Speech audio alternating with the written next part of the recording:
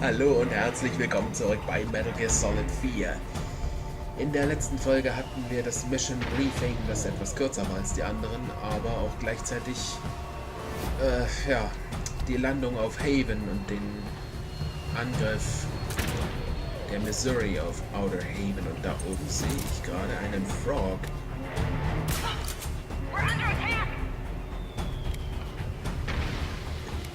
Komm schon. Ah, okay. Kann man nicht einschläfern von unterm Gitter. Schade, schade.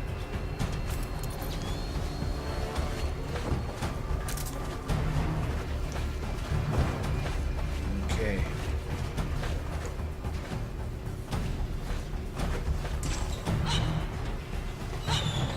Ja, man kann leider nicht nachsehen. Oh.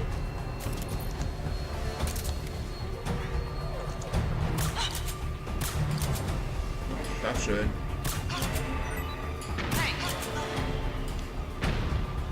Schlafende Gegner werden, glaube ich, nicht gerespawnt.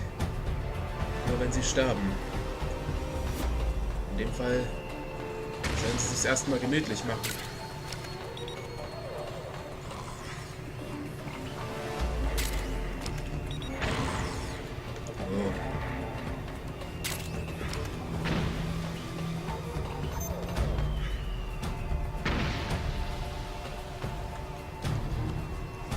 Vor uns sehe ich einige Punkte.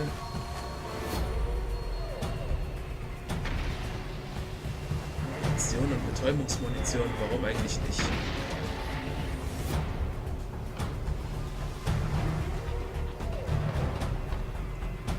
Ich muss hier echt aufpassen, weil die überall plötzlich auftauchen können. So wie die da.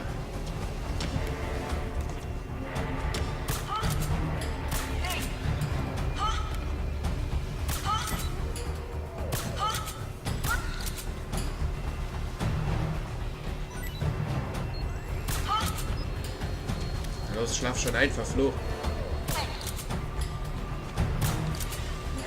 Okay.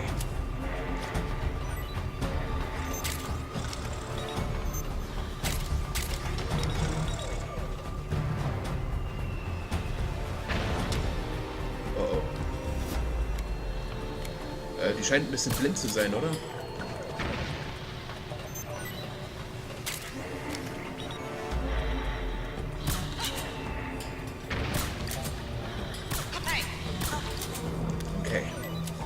Nur weiter so.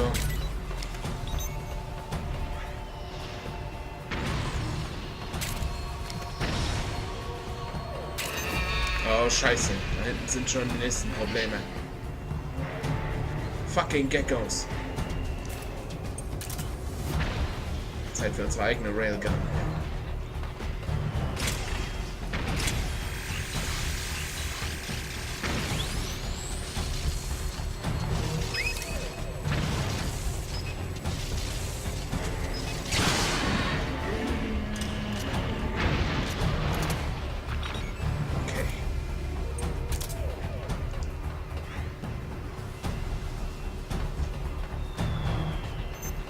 Dort hinten müssen wir hin.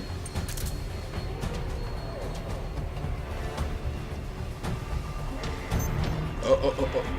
Ich höre schon wieder Leute landen.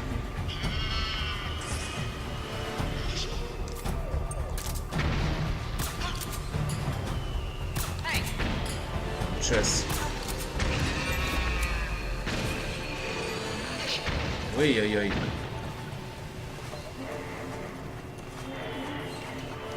Machen den Gecko ganz schön fertig. Oh. Das war ich nicht. Scheiße. Snake, use that watertight door to get in.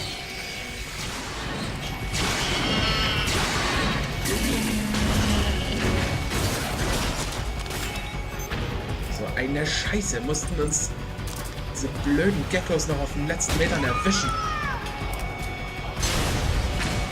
Na toll.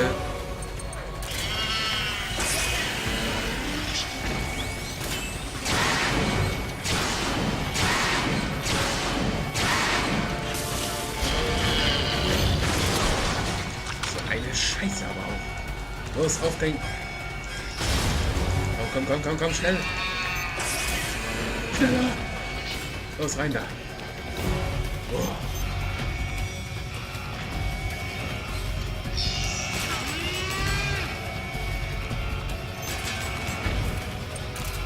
Mann, ey. Dieser Alarm hier ist wieder genauso. Erst wieder abwarten, bis alles sich beruhigt hat.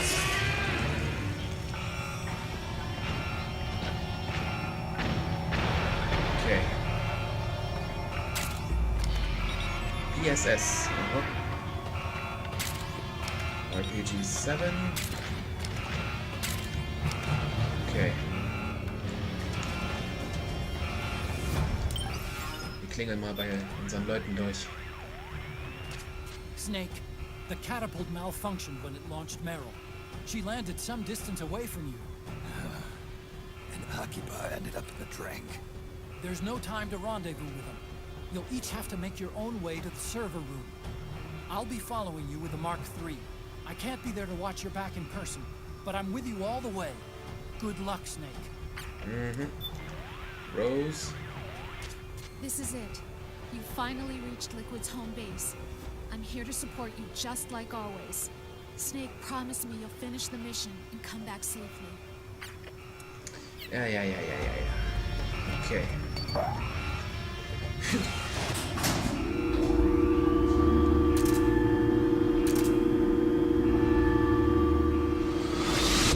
The corridor leading to the depth is defended by directed energy weapons that emit certain types of microwaves. Did you say microwave? When that frequency, the waves will start to evaporate. Sounds like the perfect job for me. Die Mikrowellen, ne? Okay. Trotzdem gibt es da noch jemanden, der auf uns wartet. Die letzte von 4.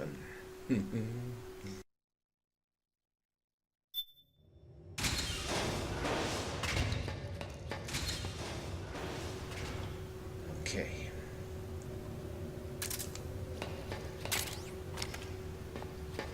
Fünf, 6 Millimeter. Okay.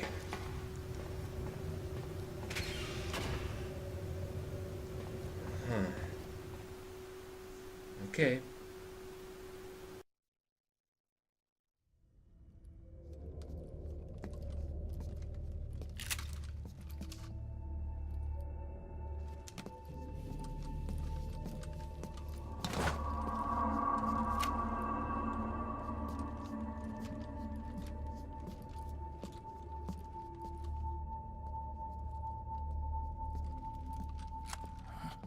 Meryl.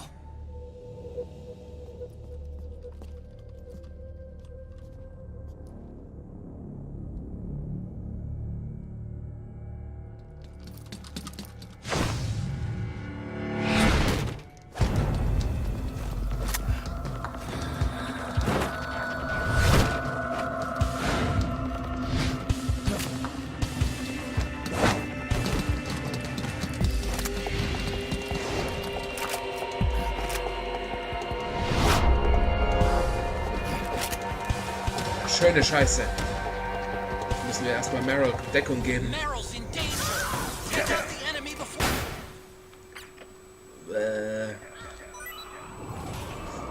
Übel.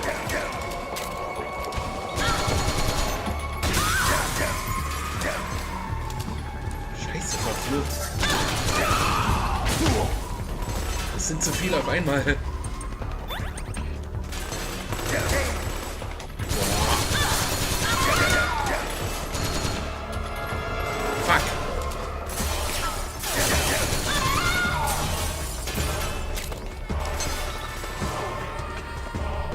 Übel.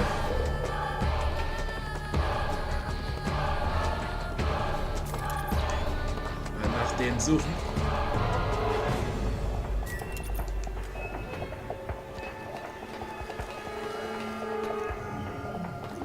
Irgendwas stimmt mit Snakes Sicht nicht.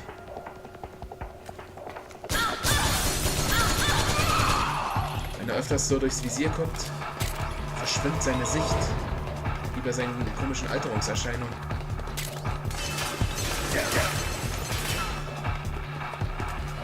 Toll.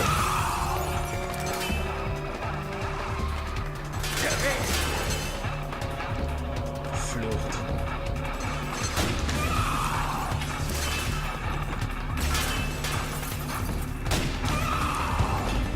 Okay.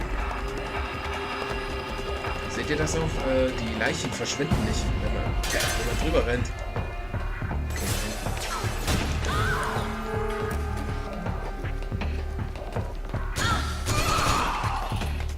Ich hab gleich gedacht, dass die noch nicht tot ist.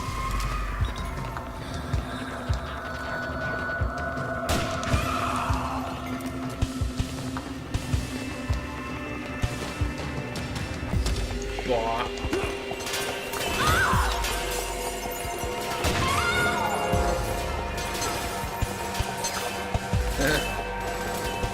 Da schwebt eine Waffe in der Luft.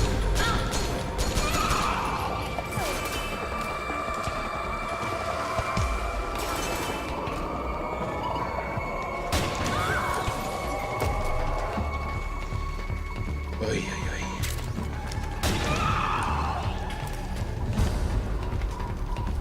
Wie viele sind das denn noch? Verflucht.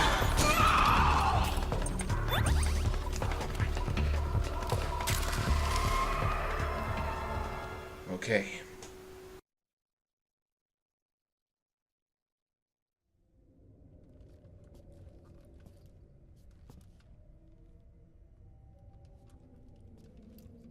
Meryl. Snake.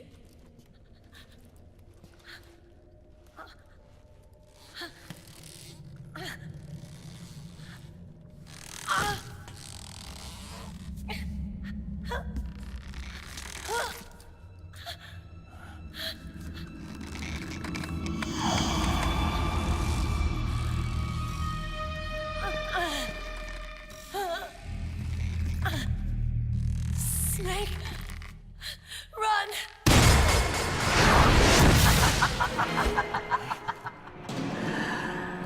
I know your wavelength. It brings back memories. It can't be.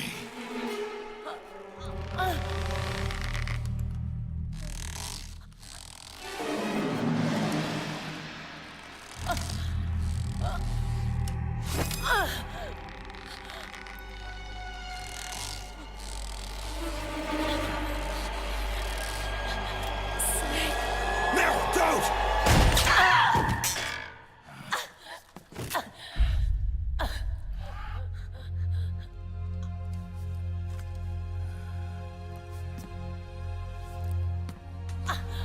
Johnny. Meryl! Wait, occupy!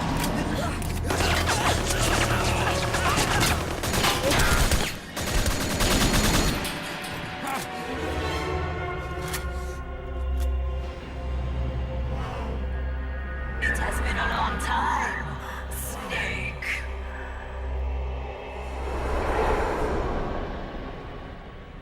You psycho Mantis.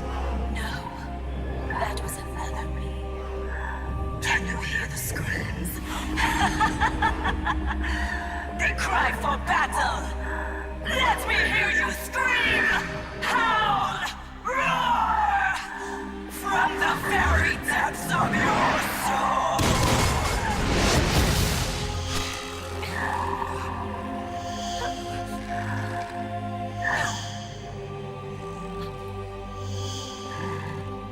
What's this?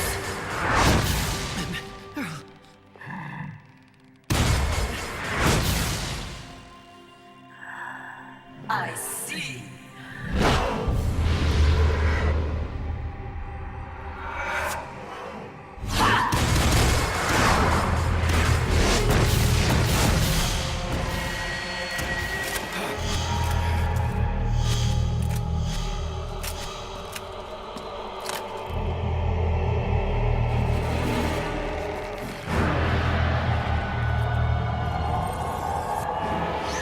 Okay, hier geht ziemlich kranker Scheiß ab.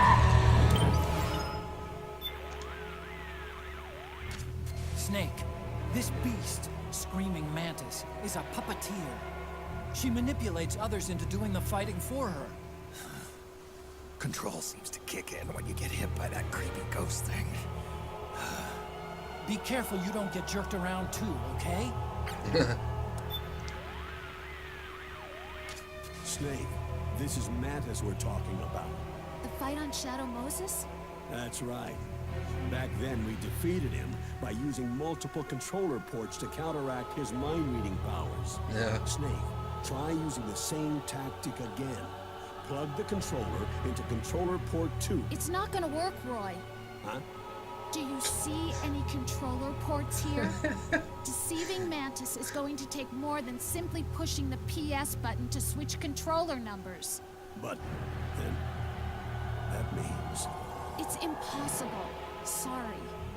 I'll be damned. Schon wieder Fourth Wall Breaking hier. Okay.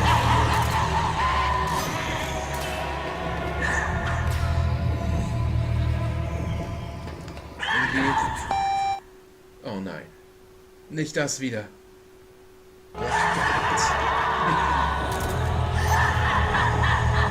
Ey! Die zieht mir automatisch die Waffe weg.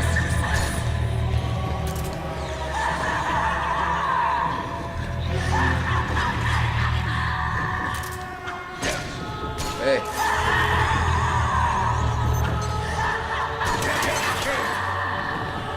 Okay. Ach.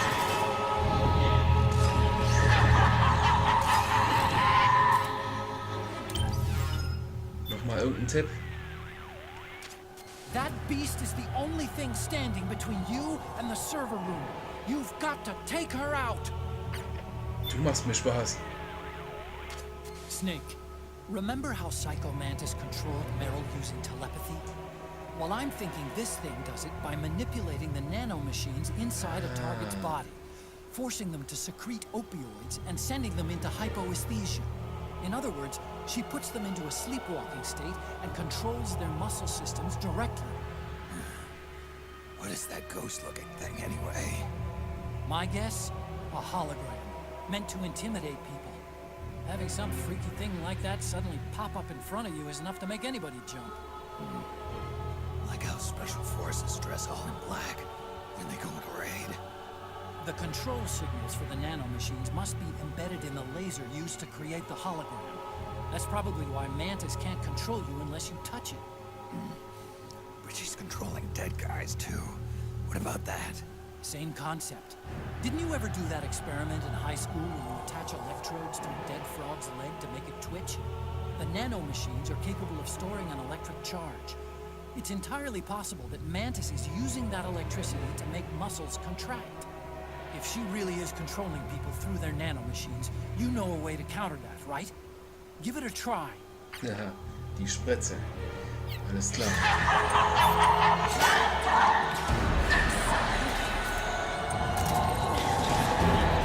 Jetzt werden wir noch Meryl daran hindern.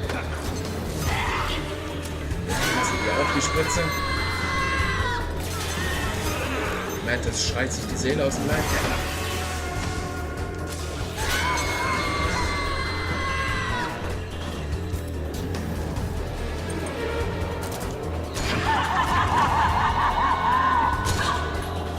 Aha.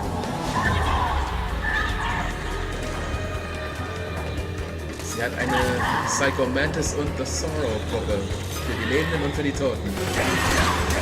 Nice.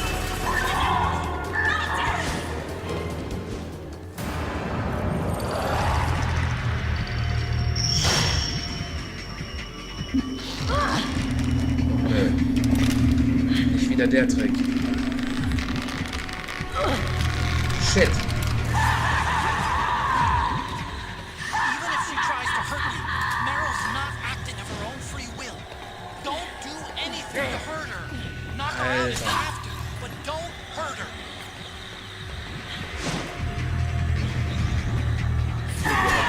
Blöde Puppe. Aha. Hängt mir noch an einem Bein dran. Oh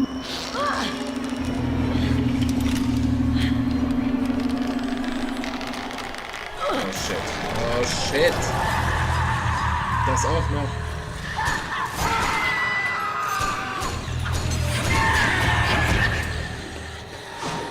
Wow.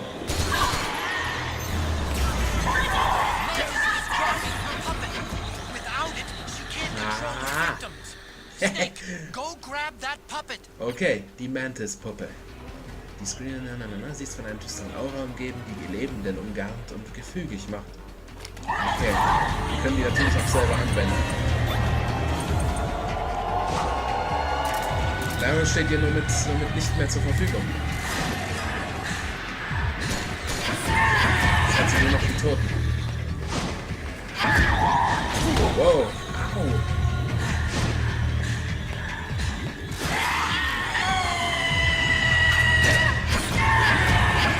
Die kann aber auch rollen. Wettet.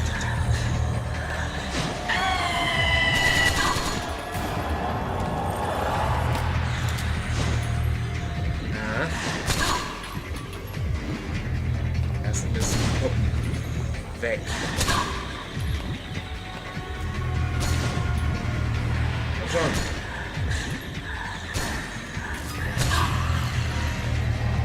Okay, die hängt nur noch an einem Faden. Los, her mit der Puppe.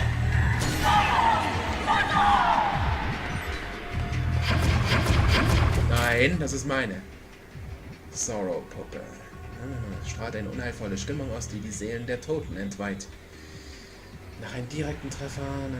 Ach, den Controller schütteln. Okay. I've got an idea. What if you use those puppets to turn the tables on the Beast? Control her instead. Use the puppets. It's worth a try, at least. First, select one in the item window. Then press the attack button to shoot out a ghost, just like a weapon. If the ghost hits its target, it's showtime. Got all that, Snake? Go on, take her for a spin. Okay. The women of the B&B Corps. One laughed, one raged, and one cried. And now the final beast who won't stop screaming. That wailing may be the product of some unendurable fear that's gnawing away inside of her. I can't even imagine what kind of trauma would cause a person to scream like that. Ja, irgendeine Horrorgeschichte. Okay. Waffen. Die Railgun, würde ich sagen, können wir erstmal ablegen. Mantis-Puppe.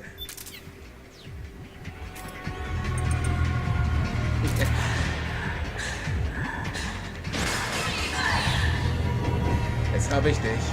Und schütteln. Ja. Klatsch. Klatsch. Nice.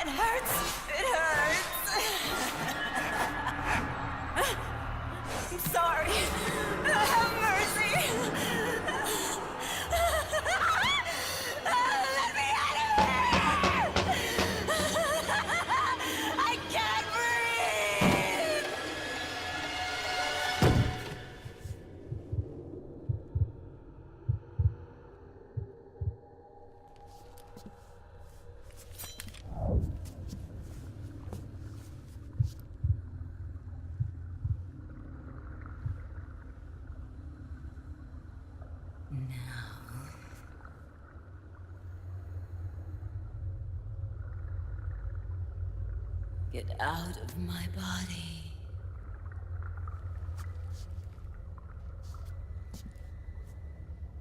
Forgive me.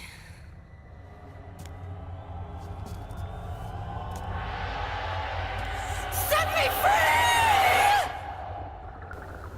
Okay, die ist eindeutig noch ein bisschen mehr gestört als die anderen drei.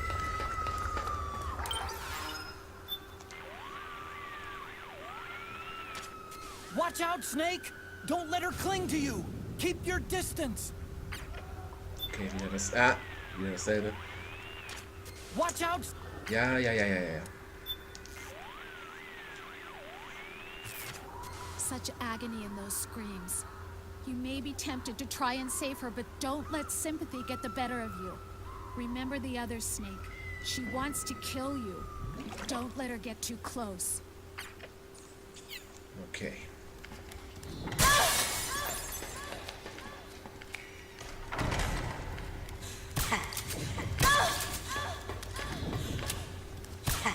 Snakes Sicht verschwimmt immer noch, aber ich glaube, das hat nichts mit Mantis zu tun.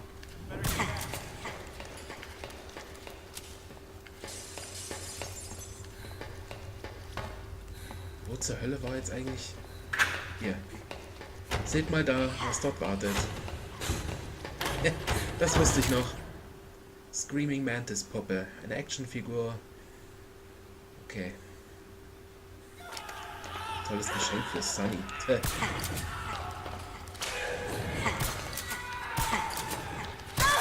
Was mich jetzt natürlich so in der Sackgasse war, das ist ja nicht beabsichtigt, aber komm schon. Screaming Beauty als Gesicht wieder zurückkriegen. Alter. Ich glaube, das ist vielleicht ganz gut, dass die Szenen nicht zeigen, sondern dass man sie nur hört.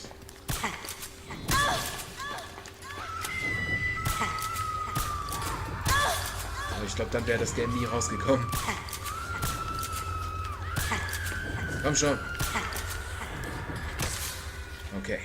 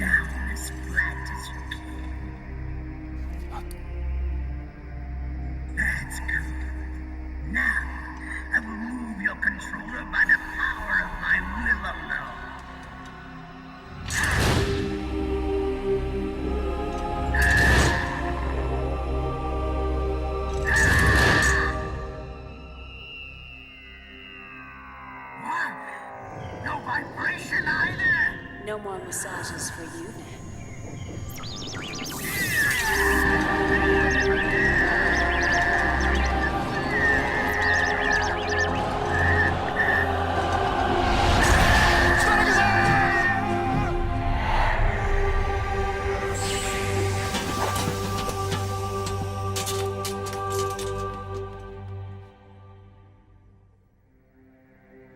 The spirit of the warrior will always be with you.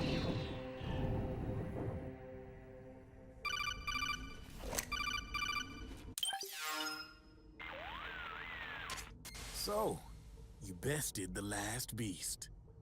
That doll you just picked up lets you manipulate anybody who's got nanomachines in them. Sounds like something the devil's cooked up, if you ask me. Mantis came from South America. She was born and raised in a country racked by never-ending civil wars. Her village was attacked by enemy forces and burned to the ground. This was when she was still a little girl. Hunted by enemy death squads, she was separated from her family. She barely managed to escape with her life. Ended up in the basement of this one building. It was full of corpses that had been dumped there. Almost all of them had been tortured to death. She was petrified with fear. And then, she heard the sound of heavy boots on the floor above her, followed by shrieking screams.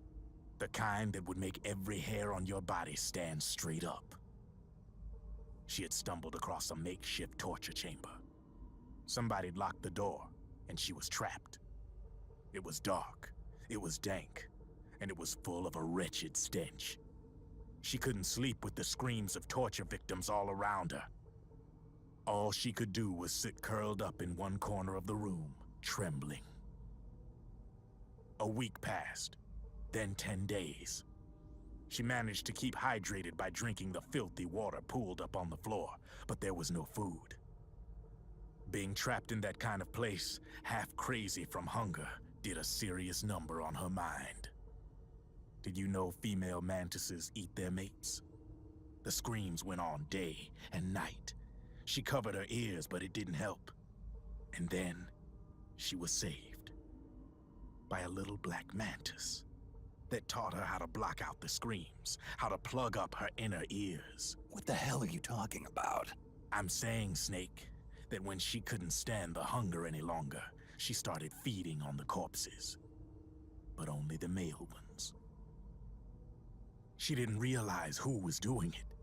In her mind, it was a female mantis devouring her mates. It was like one big twisted waking dream.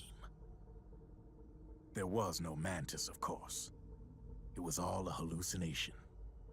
Nothing more than some story spun by another person she'd created inside. Her unstable mind was what made her so vulnerable. Later, they ripped out what was left of her psyche with drugs and hypnosis and implanted the persona of Psycho Mantis. It wasn't her will that controlled the B&Bs. It was Psycho Mantis, half assimilated into her soul, pulling the strings. Screaming Mantis was just another puppet. Anyway, she survived several weeks down in that hellhole and finally got back to the surface. But the screams in her head didn't subside. They would always be with her. Only this time, they weren't real. The inner earplugs didn't work anymore. The black mantis had disappeared. There was no place left to escape. Which is why she was always screaming, to drown out the ones in her own head. But it's over now. You freed Mantis from that dark nightmare. The last of the beasts. You got it, pal. Well, I'm done playing storyteller for a while. Now get going. GW's waiting. And this time, you get to make up the ending.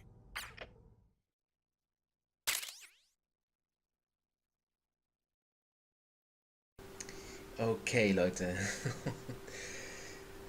Krasse Story wieder mal. Und dass Psycho Mantis hier nochmal aufgetaucht ist, war auch nicht schlecht. So, Leute. Ich würde allerdings sagen, wir haben jetzt hier wieder eine ordentliche Länge von der Episode erreicht. Wir machen hier einen Cut. Und in der nächsten Folge sehen wir mal, wie es Meryl geht und gehen dann weiter in Richtung GW, wie Drabin schon sagt. Also, bis dahin, tata!